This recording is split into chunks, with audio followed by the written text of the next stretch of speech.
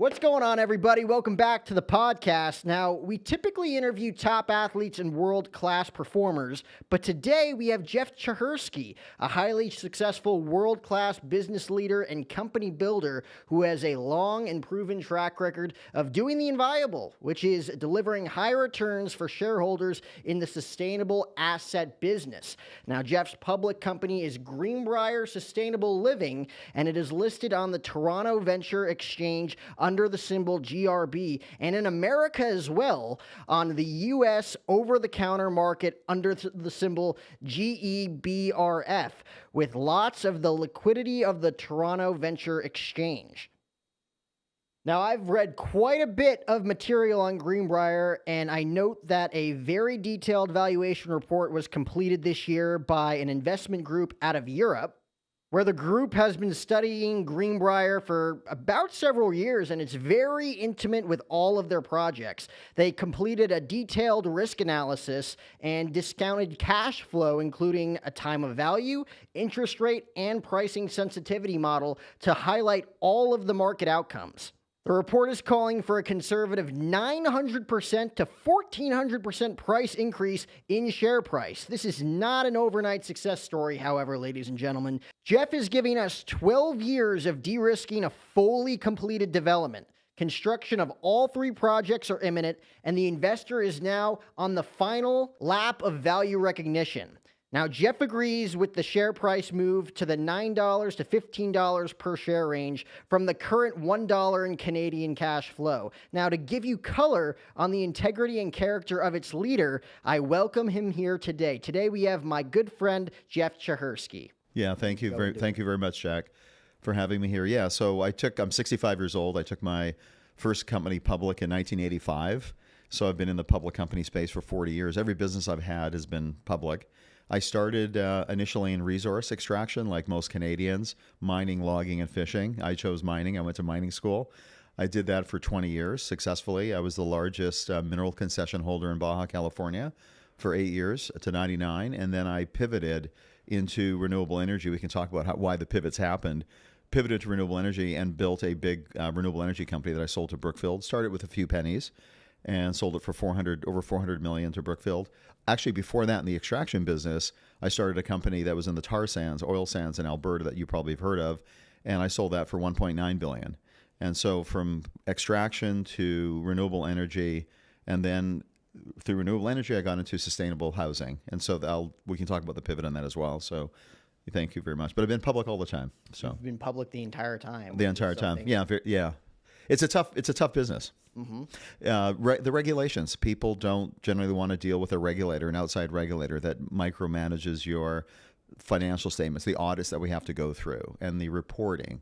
And after 2001, the Sarbanes-Oxley, which is a legislated law that says when you sign the financial statements as CEO, like myself, or CFO, if you make a false statement, you can be in prison for 10 years. So a lot of people don't want to cross that extra bridge, plus the extra work that it takes to go there. So it's that simple. It's that simple, yeah. It's easier to be honest. I mean, that's the game, right? Easier to be honest, tell the truth, lay it out on the table, you have nothing to fear.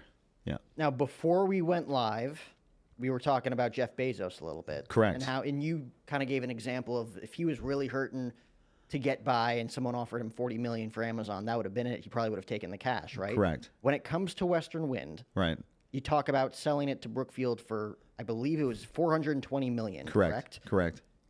How do you go from selling that for $420 million and being so invested in Greenbrier when you could have easily just walked into the sunset, right? After doing that, what about Greenbrier and kind of the mission statement there makes you so passionate about it to kind of have your hands in it and kind of just see how the sauce is made from behind the scenes and why you are so passionate about it? Right. First of all, it's hard to retire. Easier said than done. I think if we look at our parents and the generation that I grew up in, I mean, 65 people were pretty well called it a day. There's just so many things. I love solving big problems, and I'm a good problem solver, and I find that business isn't about cocktail parties. It's really about complex issues that you have to work through, and it's not about one epiphany that you have and then all of a sudden you break free. It's really about the DNA of a lot of people that you collaborate with, and the ideas change and they move, and you have to be flexible, and you kind of move along. But I've always been a giving person, and public companies to me, it was always about sharing. So all the opportunities I've had, I could have taken it privately myself, but I'd rather share that with public shareholders for many reasons. Childhood reasons, meeting people that were ripped off by a stockbroker, realizing that a lot of people in the capital market shouldn't be there.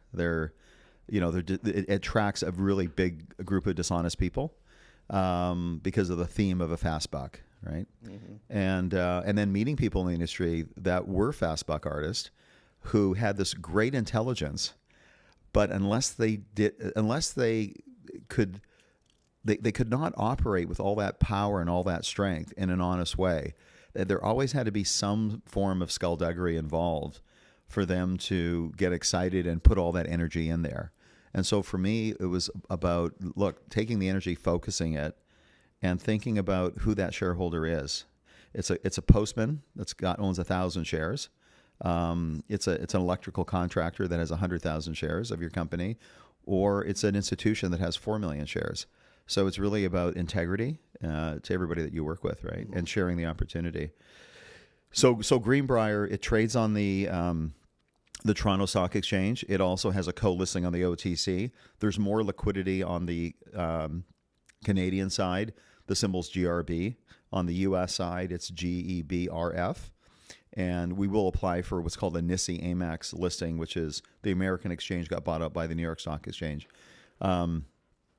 I've had some good luck lately. I've had a director join me a year ago, and he just retired as a CEO of JP Morgan Securities. So having a $4 trillion bank executive join my company really means a lot, because it says, look, we're at a stage of our development that I'm going to present you to JP Morgan, and that will change the dimensions of how the world views the public company, including the valuation and the market price and everything. And so the timing in having this interview with you is important, because I want to continue to have many more with you and really follow the story as we go along.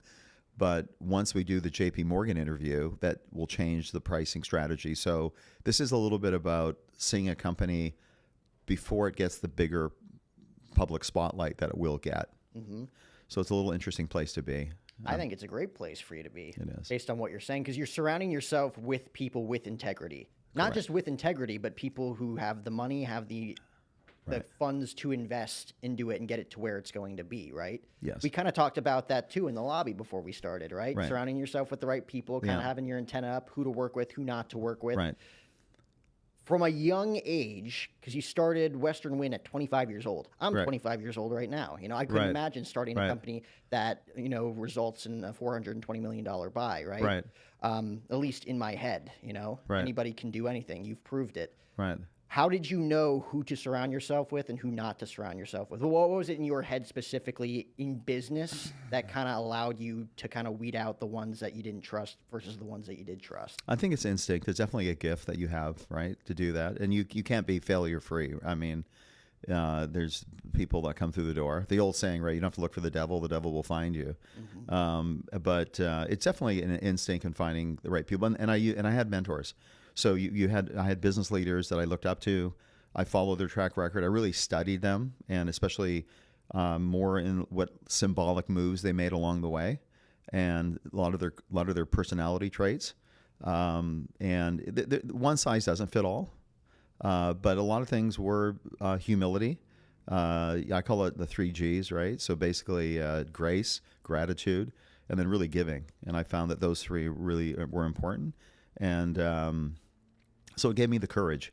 And I always thought my personality split 2 ways. One is the vision, and then the other is the detail. And it's hard to get a person to have that.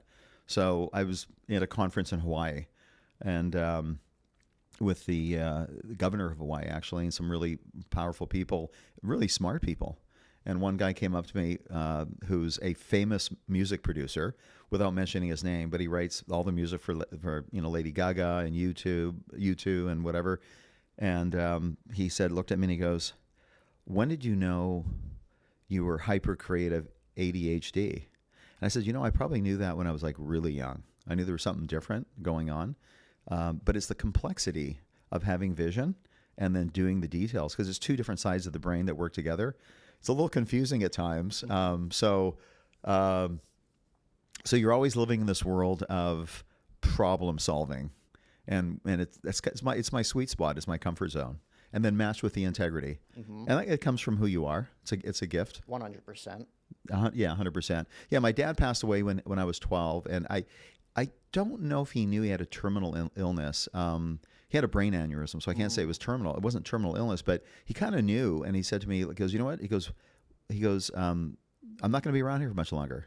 And I looked at him at age of 12, and he goes, but I want to leave a message. He goes, be a good man. And it kind of really stuck in my head, because what did that really mean? But I knew what it meant, and it was kind of like the message, and it came very randomly. I think we were at a big department store walking around. I think he bought me a milkshake and whatever, and it left an impact. But it's what's in your soul too, right? As Absolutely. A person, who you are. I mean, in business specifically, when you're building things and they're going your way, it's so easy to be a good person. It's when things aren't going that well and you don't know what's going on, you don't know who to trust. Maybe someone stabbed you in the back, and the world's giving you all the reasons in the world not to be a good person.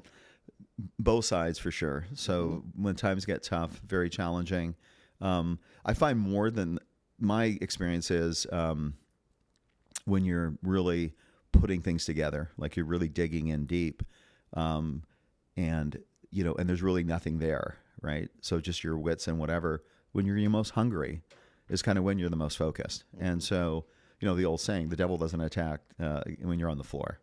And so, again, how you manage your wealth and how you manage your success is really key. So a lot of the things, clearly, I could not do when I was 25, 30, or even 40 years old. I would take the success a different way. So I think everything is age appropriate in a certain point. Definitely personality appropriate as well. And everybody matures differently at different stages. But there's certain things that you definitely can do by really learning from mentors and trying to not shortchange, but say, look, this is what this person has done over a period of time. Let's get that in my toolbox when I'm 25 years old, 26 years old, right? And it's worked out good. It's great to have mentors around, for sure. So you start Western Win at 25. No, I started my first public company at 25. Okay. It was called Empire Gold Resources. It was a mining company. I went to mining school when I graduated, and went to mining school, worked in the mining industry, and I started playing the stock market when I was 18 years old. And I saw the people that were in the market that were running these companies, and I went, oh my God, there's like no integrity around here. And they don't even know the industry that they're in. So I took the professional training that I had and the experience that I had even at 25, and I created my first public company. I created another public company and another public company. And what my technique was I'd build the public companies up, build assets in, and then because I was so young, I'd bring older people in as mentors and then let them take over. So I would do the initial work, find the assets, do really the moving around, making it easier for a bigger guy to come in and work with me. And then at that point, I'm a director and I'm watching the action move forward. So I did that from 1985 in the mining industry to 2000. And in that 2000 was a company called Southern Pacific Development Corp that I had taken over as a little public company. And I had brought in, again, some big players, and they brought in a very large oil sands project. And it was a $1.9 billion exit. So for me, I only had 2% of the company, but it was a lot of money for a young man. Did that till around the year 2000.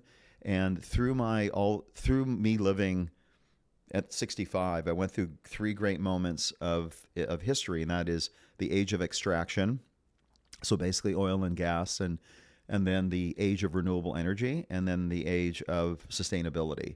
So in that extraction process, things peaked out in Canada from where I'm from. The height of extraction peaked out. British Columbia couldn't compete with Brazil growing trees in 7 years for pulp and paper, right? And then the oil sands in Alberta, which can provide oil for 1,000 years. The issue with that is nobody wants excavations that are 30 miles long, 20 miles wide, and 10 miles deep. So kind of in came renewable energy into the fold. And I think it was Bill Gates said in the year 2000 that whoever can take the intermittent nature of renewable energy and store it will be the richest person on the planet. So in came Tesla. So it was a really good example of what clean energy could do and make it happen. So again, around 2000, I started a company called Western Wind Energy. So I had pivoted and I built wind farms in California and Arizona from the ground up. And I did it in such a way that I only raised $70 million in equity. I started with $250,000, raised $70 million, and then 3 years later sold it for $420 million to Brookfield Asset Manager, which is a well-known $900 billion asset manager in Canada. It was a hostile takeover, bought me in the public market. It brought me fame. It kind of gave me the gold ring in the sense that, you know, this is a company that I did everything from scratch. Like I worked it from the bottom all the way up. And then I started seeing the flaws of renewable energy. I thought to myself, okay, you know, the world has so many people in it, and the global energy production, if you divide it by all the people, is like 1 unit of energy per person. But Americans, we use, I'm a Canadian, but the same. Right. We use 9 units of energy. Europeans use 4, and the rest of the world uses less than 1. So I thought to myself, we can't 9x our energy production or 90 times our renewable energy production to make everybody like us. That the real answer is sustainability, right? And energy reduction. And you can see that. So as big as Tesla is and doing the right thing and how great of a guy Elon is, and I love him. And I'm so happy he's being involved in the government. Right. That we don't know what we're going to do with 50 million toxic car batteries a year, right? We haven't figured that one out. If we go the hydrogen route, we're going to have problems as well because you need platinum for the fuel cells and electrolyzers. And there's only like 80,000 metric tons of platinum in South Africa in the Bushveld Igneous Complex. So that's not really an answer. But 68% of all the energy we use is used around our home. And so if we can reduce that load, the greatest form of renewable energy is energy reduction. And the greatest form of energy reduction is around our house. So why don't I target for efficiency the most direct point of helping humanity? Oh, guess what? If I do a small sustainable home that has a very sophisticated layout and has energy efficient appliances and it has smart meters and it has solar panels on the roof, but it's in a smaller footprint, by default, it becomes an affordable home. And then when you have an affordable home, that's the biggest business opportunity in the United States. It's the biggest crisis, but it's also the biggest opportunity. It's a multi-trillion-dollar opportunity. America's short 7.3 million affordable homes because the average person cannot afford, 80% of the American public cannot afford a home that's $500,000, can't afford to pay the mortgage. Mm-hmm. And so you're finding communities losing people, losing good people, losing young families, losing seniors. They're leaving and they're moving to cities and they're getting caught up in the life-drenching result of doing 4 hours a day in rush hour, 2 hours a day every morning to try to grab that job, to try to live, 30 miles down the road and sacrifice that great family time and quality time. So I thought, you know what? Sustainable housing is affordable housing. So what am I solving? I'm solving issues of your well-being and your health, the environment, your financial well-being, and I'm solving the biggest problem in the United States, which is affordable housing. So there's secret sauces in there. We can talk about and how to make that work. But so that's sort of a summary of the going from extraction to renewable energy now into sustainability. I mean, just based on these experiences, they brought you to 3 or 4 big things, right? You learned a ton about finances. Right. You learned a ton about renewable energy.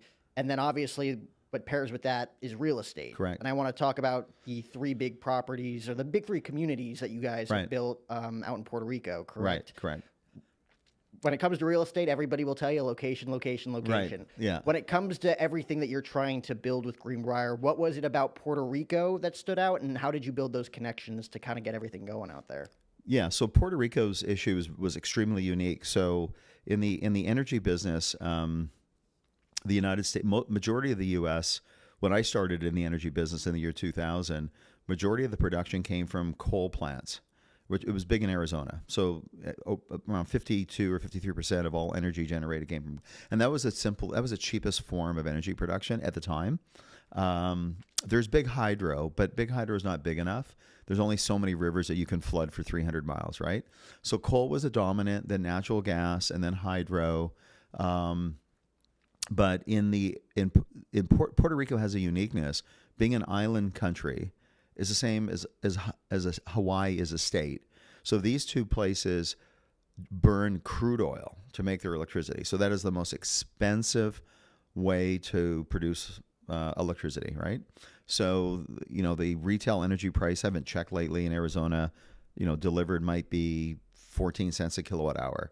The delivered price, not what you look into a website, but the actual delivered price with all the add-ons and the surcharges is like 41 cents a kilowatt hour in Hawaii and around 41 cents a kilowatt hour in Puerto Rico.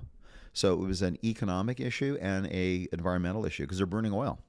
So to me, that's where the greatest impact is, and that's where my energy is to focus, right? To solve big impact issues. I mean, in California, we have a house in California, in Newport, and the electricity is 40 cents a kilowatt hour there as well. So there's all these surcharges in there. Again, it takes me back to why did I get in sustainable housing? It's because, again, if we reduce the energy we use, just by producing more windmills and more solar farms isn't going to reduce the price. It can't reduce the price, right? It's just going to make us more captive to being charged for the capacity that has to get built, that the ratepayers have to pay. So we got to be smart about the things that we do, and we are excessive consumers, and there's so many little things. It took 20 years for hotel owners to realize if I change my light bulb to an LED light bulb, even though the LED light bulb's much more expensive, I'm going to get my payback in 5 months. Mm-hmm. It took up to 20 years for hotel owners to do that. It just to make that change that's right in front of you. It's always a people issue. It's always a political issue. It's really never a science issue. It always boils down to people, I find. So targeting the problem in Puerto Rico, and that is the government was, well, I'm going to say this, I'm going to get in trouble, but the oil lobby, mm-hmm. Puerto Rico from the years, I testified in Congress in 2017 on all the things that were going wrong in Puerto Rico in the energy business. And the chairman of the Natural Resource Committee, who's responsible for looking after Puerto Rico, his chief of staff wrote a report, and it said that from the year 2003 to the year 2017, that Puerto Rico overpaid $18 billion for the oil purchases that it made. So they got basically defective oil, meaning oil that wasn't at the right burner tip rate. So the energy content in the oil was a lot less. They overpaid $18 billion. So where did that $18 billion go? I know where it went. We all know where it went. It shows you that money, when it's that big, it's what it's going to do to make sure that certain things aren't done right for your own, safety, your own health and welfare, and your own economics, right? And we know that with the FDA. We know that if you have a drug, it's going to take you 10 years to get it to commercial fruition. In the meantime, you can satisfy problems, in phase 1 or early phase 2, but they make you go through this long process because when you bring that drug to market, it may not be the necessary cure-all, but it causes a pharma company to lose $4 billion in profits with an existing drug they already have. So why would I bring something new that gives you a 20% better success rate and lose $4 billion? Let's put that drug on hold for right now. Or you know what? Let's buy that public company that has that drug and let's just cancel that drug for the time being, maybe for 20 years or even longer. And I've seen that. I've seen guys, my contemporaries selling drug companies. One guy came in my office when I sold Western Wind. He sold his he sold his drug company for $900 million. He had 3 suites of product that were used for other illnesses, but they had high cancer curing rates. And so he sold to, I think, to Roche or Sandoz in Switzerland. And I said, what did they do when they bought the company? He goes, they got rid of the drugs. They simply just buried the company. So the politics, those are the problems in energy. That's the problems in housing. Why can't we build sustainable housing in our communities? Because if I go to a municipality surrounding Phoenix, the town council doesn't want me to build 1,000 square foot detached homes because they think it's going to freak out people that have 3,000 square foot homes. And actually it doesn't, because the cost per square foot is actually higher. The overall product is lower, but it makes the guy next door that's got 3,000 square feet put on a bucket of paint, clean his house up, and actually increases his value. But it's very hard for political leaders to do that, and it's hard for the banking community to do that. And so there's this pressure point that's coming together. Mm-hmm. So again, going back to people, right? People solving problems, people creating problems, and solving problems. So there's two sides of the argument. People creating problems, and then there's people that solve them by going, let's just provide more energy, right? I can't fit enough people in my Cadillac Escalade. Yep. So I'm going to make an XL version. We'll get 9 people in there instead. I'm not being funny. I mean, I love a Cadillac Escalade. Mm-hmm. But why not make the Cadillac Escalade a little smaller or make it more energy efficient, right? Mm-hmm. But guess what? We don't see 9 people in a Cadillac Escalade. We see one guy driving it down the highway, right? Maybe bring your friend with you. I mean, there's little things you can do. Mm-hmm. But it's all political. It's all logistical. That's the kind of problem solving that I like to get into is the complicated rocket science. Let that be solved by the rocket scientist. And the real work, I think, in my opinion, is combating the obstacles that you have to make things work out. Mm-hmm. So I mean, it goes to show it's not just about planning real estate in a sea of land. It's about dealing with all the people that it's going to affect, because everybody's different. Everybody has different views on the political side, just how their family's going to go. We were talking about before how not anybody. I think 5% of average Americans can afford to buy any sort of house these days in this market, in this economy. But there's this vast majority that still think in their heads, because my parents went through it. You went through it with your children. It's like they got the big yard, the big house, right? It's not really affordable. It's not logistical anymore. Even if you can afford it, it's not logistical. You guys at Greenbrier, you said wouldn't pivot at all, say the market went back to that and people could afford that, correct? Yeah, we wouldn't do that because, again, there's always people that want to simply pay less and have more money to spend. So better markets, a rising tide lifts all boats. So the better the market, the better for us. But the idea is to be recession proof and deal with the reality that we live in right now. And that is, as you say, 80-90% of Americans can't afford a $500,000 mortgage. They can't afford $4,000 a month in a mortgage payment. They make $70,000, $80,000, $90,000 a year, pay your taxes, take your kids to soccer, even $100,000, they can't afford that. So yeah, it's basically a recession. In my mind, it's a recession-proof business. 5% of Americans can afford to buy a decent-sized house, right? Right. I want to tell you a little bit of a story. I hope my dad doesn't mind me sharing this. Past couple months, was home in New Jersey. My dad and I would take these walks around soccer fields close to the house, and we were kind of just sharing stories because I've never really gotten the opportunity to talk to my parents about how they've kind of progressed in their careers, how they're able to afford the mortgage every month, how they've been able to build this life for their 3 kids, correct? When he was 27, so 2 years older than where I'm at now, he was raising both me and my sister.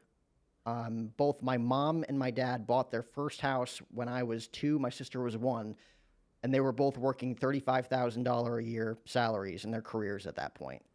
And in 2024, I can't even imagine, like that's not even remotely attainable. Right. With that being said, and again, that's 1999, this is 2024, how does Greenbrier, kind of in a nutshell, for the average 25-year-old like me viewing this who doesn't know how to buy a house or is looking to buy a house, how does Greenbrier kind of overcome a lot of these challenges that we're facing today? Right. So our secret sauce, one of our key secret sauce is our elements to our secret sauce, which is not going to be secret after this, is for both us and for younger people, is we specialize in exurbs, right? So a city is urban, and then the city surrounding a big city is suburban, and then an exurb is the last population center away from a big city that's next to ag land, forestry, or agriculture. So they're usually like 30 to 80,000 people.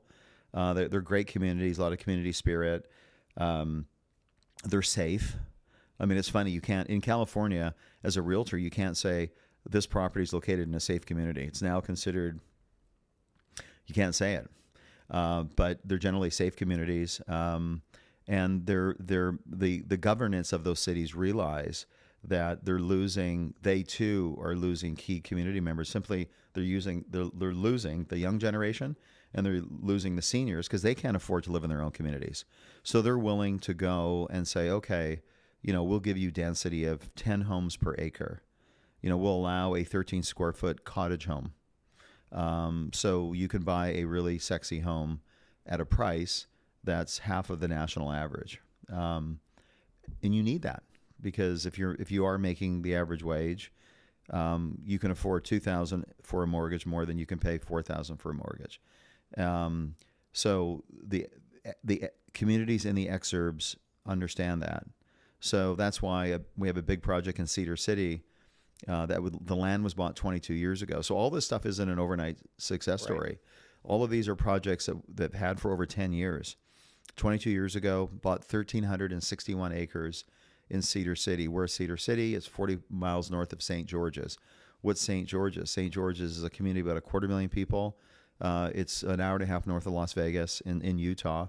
It's been the fastest growing city in the top 10 for like 20 years. Many times it's been number one, but always in the top 10. And Cedar City the same. So it's the fastest growing micropolitan in the U.S. About 60,000 people. Mm-hmm. Southern Utah University's there. There's another college. There's a huge facility, iron facility. There's AI facilities being built. Lots of solar going in. Big utility scale solar. Right. Manufacturing plants. Clean, 6,000 foot elevation.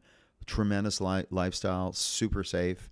And people are flooding in right now. They're coming in from all over the from the country, and they're passive, meaning they're buying a home just to be there because it's safe, and they have a couple $1 million in the bank, and so they're pricing out the locals. And so we've come in, and we had a great meeting with the city manager, city engineer, city lawyer, and city planner yesterday.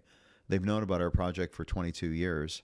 That we're now going into the smaller 1,000 square foot units to satisfy veterans, young families. It's not going to always be exactly 1,000 units, but it's just not going to be a 4,000 square foot home on a golf course, mm-hmm. right? We can't afford to use the water like that anymore, right? And so exurbs are key, and Cedar City would qualify as an exurb.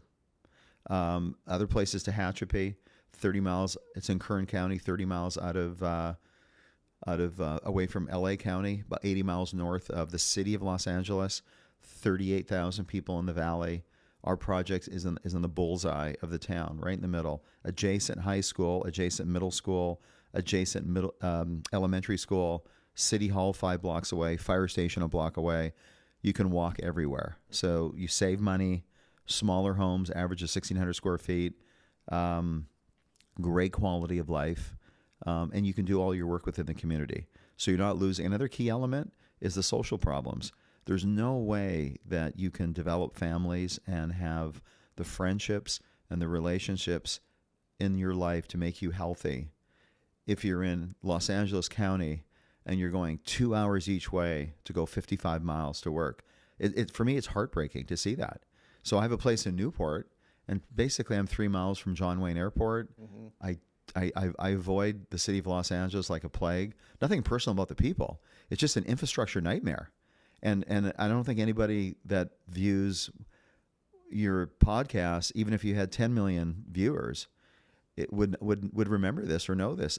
LA became what it is because of Firestone Tire and Rubber Company. I don't know if anybody understands that. So in 1890s to 1910, the whole LA basin was littered with commuter rail, what they call the interurban rail.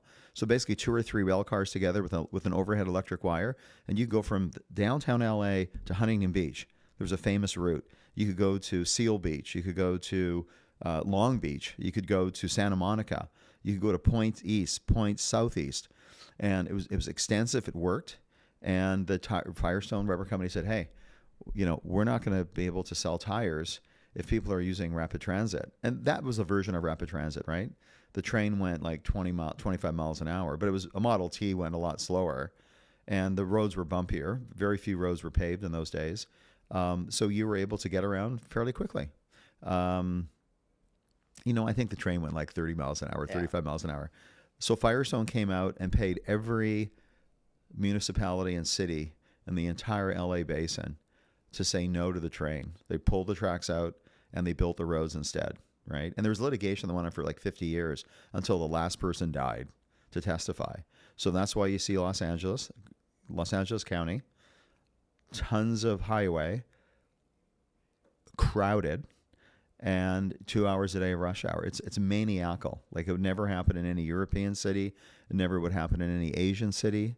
It all happens because of the greed of one component, and that was the automobile.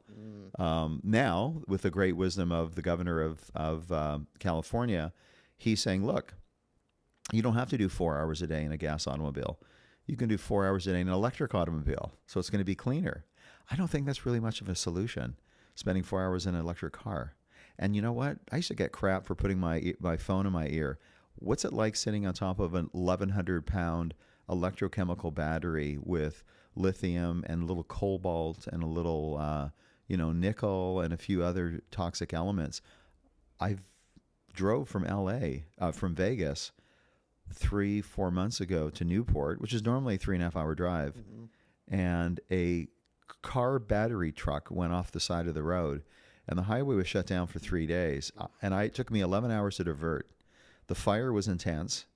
It was so toxic that hazmat took them 3 days to put the fire out, and the batteries are still laying on the side of the road because nobody wants to deal with them. So, we're kind of like dealing with this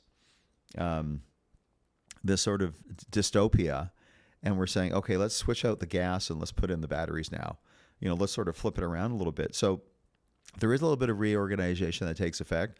One of the reasons I love going to Switzerland, I love going to Zurich, Geneva, jump on a train, go to another city, another culture in 2 hours. You can go to your favorite coffee shop, 5 minutes on a little train, get back to your hotel. There's a lot of things that are there that are on the table. Again, political.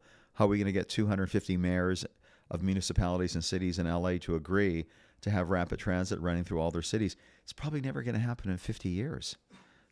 So that inspired me to really focus on the housing, sustainable housing, and dealing in the communities in which we live in, dealing in these target communities that are 30 to 80,000 people, great lifestyles, they're safe, people can work around their communities, and build something that's really affordable. So it's really, to me, I call it a force multiplier. It solves a lot of problems in one thing. The key word there is sustainable, right? Correct. Let's talk about Cedar City, for example. Sure. You build a ton of property there. Everything's affordable. Everything's, like you said, middle school, high school, like everything's within reason, right? Right. How sustainable, say, in like the next 30 to 50 to 75 years is that in comparison to what we've seen, say, in like Austin, Texas, a city that the average viewer might see has blown up overnight? Like, what happens if Cedar City becomes the next Austin or Nashville or Houston, kind of a big city that everybody's like, let's move here because it is affordable. There's a lot going on over here. And then it becomes the powerhouse. Right. Well, you need to have good planning directors. You need good political leadership. I mean, the word planning director doesn't make sense when you live in LA. It's kind of a oxymoron, right? I was in Austin last time in 2003. I've looked at pictures of Austin. I can't even believe what I see on the pictures, right? For sure. Yeah, crazy place. Yeah, it's based on it's planning. Sticking to what you want to do. Density is better, but you don't want density in the sense where you're stacked on top. You want your space, right? So if what we're giving people is a 1,200 square foot home, but we're giving them a quarter acre, so they can have their toys, they can have their RV, they can have a life. Right? They can live a life that we all lived as kids and we enjoyed, that you still can't. You can never have in Europe. People that grow up in Paris never think about ever owning a house. That's just out of right. London, that's like way out of any major European city. You're never going to own a home. So we're still blessed to be one of the last places in the world where you can actually have a home and a yard and all that kind of stuff. So it's all about planning and what have you. On some level too, because like you said, it's like it's got to be affordable. Right. It's got to be sustainable. I mean, everybody. I would say what you guys are building out in Cedar City or even out in Puerto Rico, it's like all of the essential things are within reach, right? It's not Correct. like in LA where you're driving and it's probably going to be an hour and a half. It's going to be 2 hours. That's half your day. Like not even like 2 hours. Let's just say you wake up, you have to be at work at 8 a.m. You wake up at 6 a.m., drive to work. You're there until 5 p.m. You don't get home till 7:30 sometimes with LA traffic. It's horrible. You don't even see your family. I avoid it all the time, but if I have to go north of LA in the morning, I cannot leave my house a minute later than 5:15 in the morning to make it past in a comfortable time. If once it's past 5:15, it's now a 2-hour drive to go 45 miles north. And the same landing in LAX. I take John Wayne all the time. It's 3 minutes. Sometimes you have to take LAX, right, for a nonstop direct flight. Rush hour, it's 2 hours each way. No rush hour, it's 45 minutes each way. I mean, that just sucks the life out of people, and it keeps you away from your family. It keeps you, when you talk about the social fabric breaking down, the social fabric doesn't have to mean the nuclear family of a husband and wife and 2.3 kids. It simply means having human relations with people, with anybody. How can you have that when 4 hours of your day is in a car? And we can do talk on a phone. I mean, it's not the same relationship, right? It isn't. It's not good for your. I mean, how are you gonna keep fit? What are you gonna do for social time, for fitness, and all this kind of stuff? It's absolutely mind-boggling. So to me, I'm excited because that's the great opportunity that we're doing. And what I really want to do with Chris and JP Morgan is, instead of doing 400 to 500 homes a year, I want to do 40 to 50,000 homes a year. And I know that's a 5-year, and that takes us to like a $40 billion market cap, because those are the players, the national builders. But the national builders are not, they talk about sustainability, but they're still not doing it. National builders build a 2,000 to 3,000, 4,000, 5,000 square foot home, big yard, weird subdivisions where you come in through one gated entrance, and then you have, if you're having a barbecue, you talk to your neighbor across the fence, you have to drive like 3/4 of a mile just to see him, because you have to go through this whatever, right? So, I mean, there's no urbanism going on. Urbanism simply having the old-fashioned streets going, north, south, east, west, where a kid can jump on their bike, ride 3 blocks, see their friend. You can't do that when the national builders build these subdivisions. They're all this sort of tract homes, right? Something from the 1950s. We still haven't left that mentality. And they don't want to get in that business because the people that do the acquisition for the national builders, they just go out to the city and get the easiest zoning they can get. And that the easiest zoning you can get is no density, right? Yep. And so when you get no density, then here's your permit. Let's get going. National builder comes in. They're deploying dollars, making a 15% margin every year. And they don't want to change the rules or change the game. So we have to focus on the communities that will allow more homes per acre, that will allow sustainable housing to take place, solve the affordable housing crisis, and help people out, and then help my shareholders out as well. So, I mean, just in a nutshell, what you've been explaining for the past 35, 40 minutes here shows how passionate you are about not just building Greenbrier, but everything that it has to offer and everything that you guys have really done. And considering you guys are going public, no, we are public. Are public currently. Right. Partnership with Chris, JP Morgan. Like, what would you say to potential shareholders, people that want to buy stock in the future, considering like you're huge on transparency, you're huge on building those relationships, and actually holding yourselves accountable so that those shareholders are getting everything back in return? Right. Well, as I said at the beginning of the thing, and look, we've had third parties look and evaluate us and what have you. We've had people that know intimately our company. They know the assets. They've done very detailed discount cash flow models. They've done very discount risk analysis, and they've looked at the time value of money, the time risk, delay risk, the interest rate risk, the pricing risk. And what we have on the table right now, they value on a discounted level at between $9 to $14 a share. And right now we're just under $1 a share. So obviously when I go to JP Morgan and we get the formal presentation, because their former CEO is my director, it'll change the capitalization of the company, right? So you're betting on the jockey, which is me. So I've got a 40-year track record. We own the assets.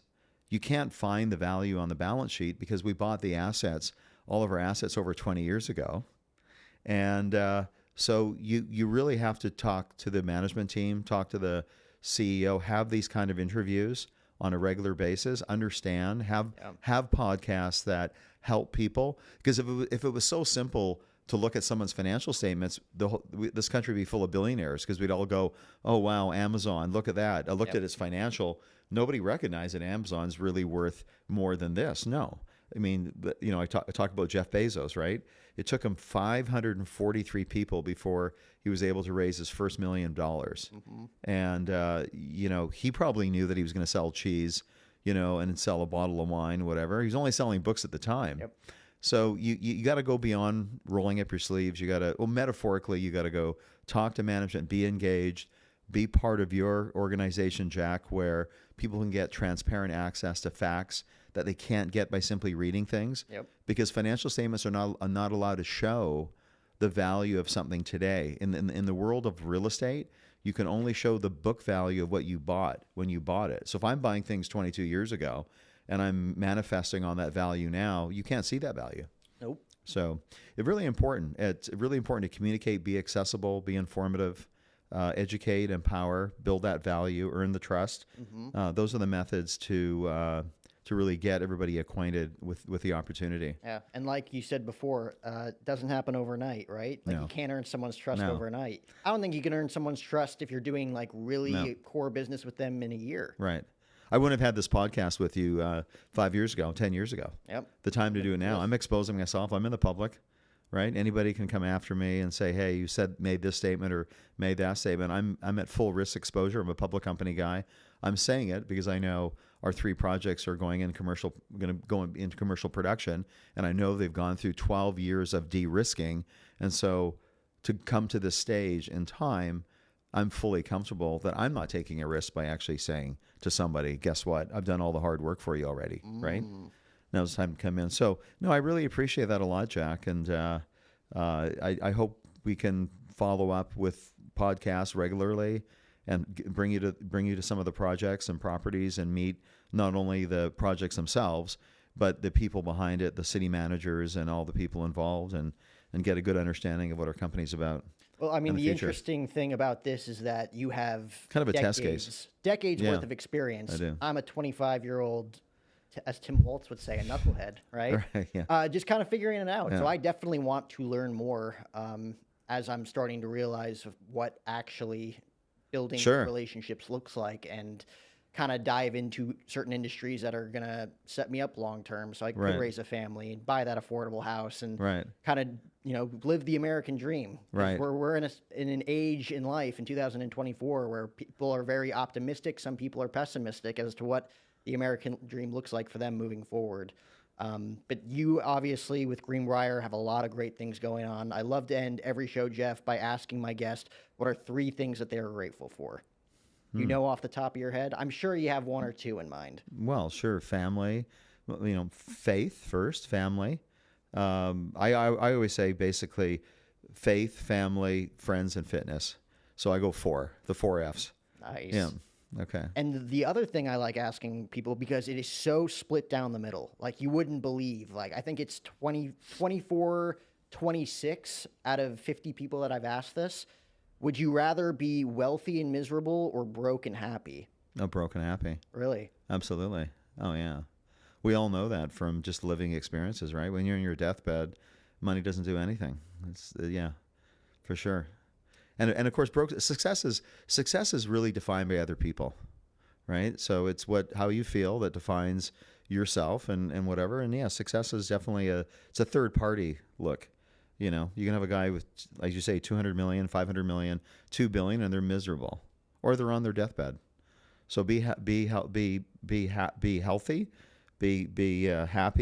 And I don't look at money. I look at it as just it's really a commodity, a convenience commodity.